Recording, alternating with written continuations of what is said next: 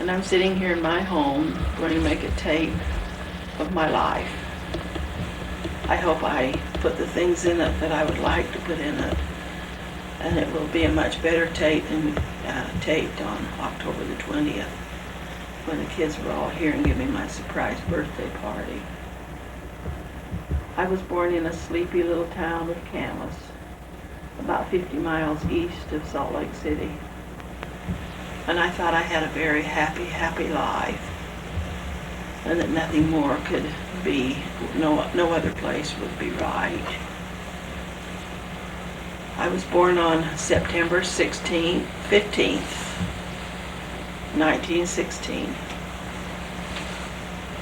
to Martha Gines and George Gines. I was the 8th child of George and Martha. 3 sisters older than me, a brother.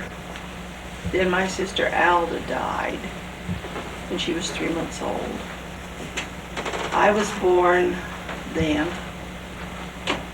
and then I had a brother die that was only 9 days old, that was premature. And then on October 21st, 19, when was Isla born? 25, she come into our lives. I remember when Isla was born, I was up to Letha's. She came up and told me that I had a baby sister, and I run all the way down there just as hard as I could go to see my baby sister that I had no idea I was going to have. Camas was a sleepy little town, about 500. And everybody knew everybody else's business and knew what everybody was doing. But it was a good town to me. I had lots of friends. When I was young, I had Eva France and Alda Lewis and June Parks and Myrnie Sargent and Sarah Sargent. All lived within a block of us. We played together. We dressed up cats, and we had our dolls. We had our swings on the trees, and done everything else that every other kid could have done. We didn't have much money when we was kids, but we always had plenty of food. Mother was a good sewer, and she made all of our clothes, and I guess I was as good dressed as anybody else in that little valley. I started to school when I was 6, west of us about a half a block, and went there for the first 6 years. I had lots of friends down there, and I remember the winters were rough. We only had pot-bellied stoves to keep us warm, and it was cold, and we'd walk right off the porch and down over the fence and down into school and not even worry about a fence because the snow was so deep and it was crusted. I had one boyfriend in school that I remember. His name was Bob Hoyt. I was in the 2nd grade, and I think he was about in the 3rd. And we was so in love with puppy love that it stayed with me all my life. He used to take me sleigh riding on every recess. When I was about in the 6th grade, Mr. Caseman come to our town, the music teacher of our family, of our school, and he found out that I had a voice, and he gave me singing lessons. And from that time on, I done a lot of singing.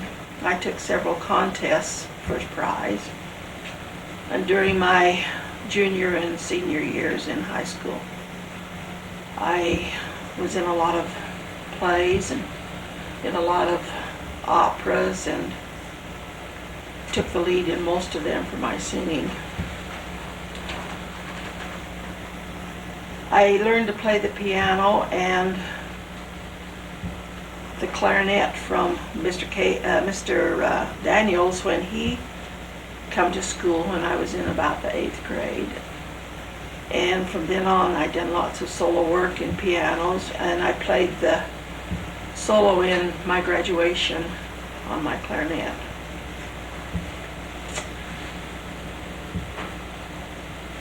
I had a very dear brother when I was growing up. Hap was very, very dear to me and very close with me. My dad died November 25th, 1928. And Hap and I used to work together, hay together, kill cows together, strip pigs together. And we was the very, very best of friends and very close friends. Besides, I loved him very much, and I'm sure he did me. We used to go to the dances together. If I didn't have a date, he'd take me and dance first date with me. And he'd always bring me home, too. If I didn't have a date to go, he'd say, no, you're going to go home with me. In my growing up years, when anybody built a new chicken coop or anything like that, they always used to have a dance. And many, many nights we've had all-night chicken coop dances, all-night barn dances. We used to go to Kill Care a lot.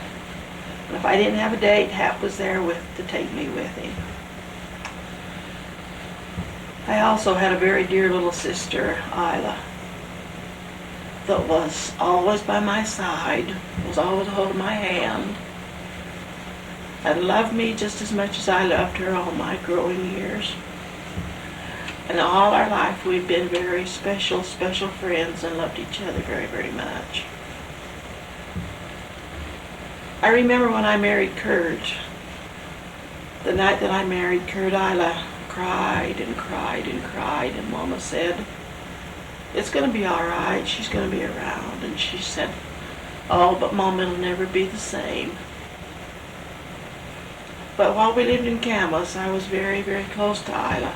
I remember once when Mama left her with me and Kurt to go to Salt Lake, that she come around and she said, my mom says, I can't eat dinner with you today. We were living in half of Mama's house around on the west side at that time. But she says, I'm going to bring my sandwich and everything, and I'll furnish my food, and then I'll come around and eat with you. This thing she loved, and we loved to have her. I remember once when she made a pie for Kurt.